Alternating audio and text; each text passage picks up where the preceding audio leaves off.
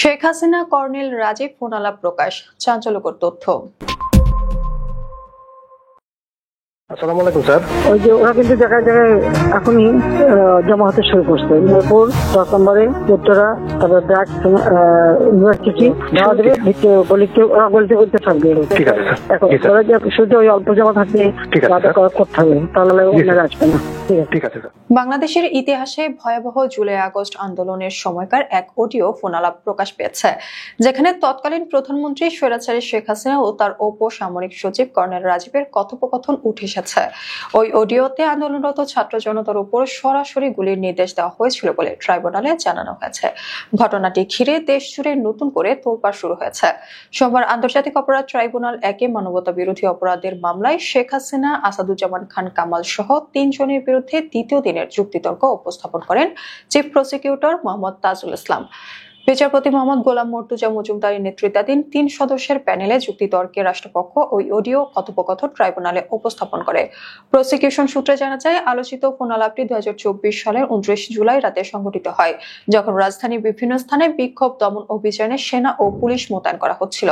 Phone ধরার সঙ্গে সঙ্গে অপর প্রান্ত থেকে স্যার বলে সম্বোধন শোনা যায়। মুহূর্তেই শেখ হাসিনার কণ্ঠ ভেসে আসে, ওরা কিন্তু জায়গায় জায়গায় এখন জমায়েত হতে শুরু করেছে।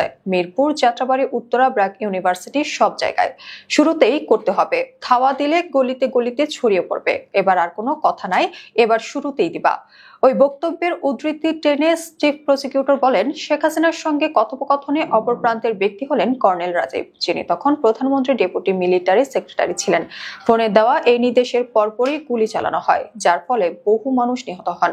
ট্রাইব্যুনালে উপস্থাপিত প্রামাণ্যচিত্রেও দেখা যায় আন্দোলন দমনে সরকারের কঠোর পদক্ষেপ, সেনা মোতায়েন ও গোলাগুলির দৃশ্য। ভিডিওতে শেখ হাসিনার নির্দেশ শোনার প্রসঙ্গ অন্তর্ভুক্ত করা হয়েছে। রাষ্ট্রপক্ষের দাবি, এটি ছিল সরাসরি রাজনৈতিক আন্দোলন দমন করতে রাষ্ট্রযন্ত্র ব্যবহারের এক নির্মম উদাহরণ।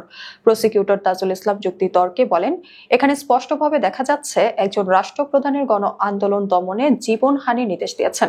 এ ধরনের নির্দেশ আন্তর্জাতিক আইন অনুযায়ী মানবতা বিরোধী অপরাধের আওতায় পড়ে। গত রোববার মামলার প্রথম দিনে রাষ্ট্রপক্ষ শেখ হাসিনার দীর্ঘ শাসনকাল ও সেই সময়ে সংঘটিত বিভিন্ন দমন অভিযান, গুম, খুন এবং প্রশাসনের অপব্যবহারের বিশদ বিবরণ দেয়। প্রসিকিউশন দাবি করে, এই ঘটনাগুলো বিচ্ছিন্ন নয়, বরং পরিকল্পিতভাবে বিরোধী মতকে নিশ্চিহ্ন করার অংশ হিসেবে ঘটানো হয়েছিল।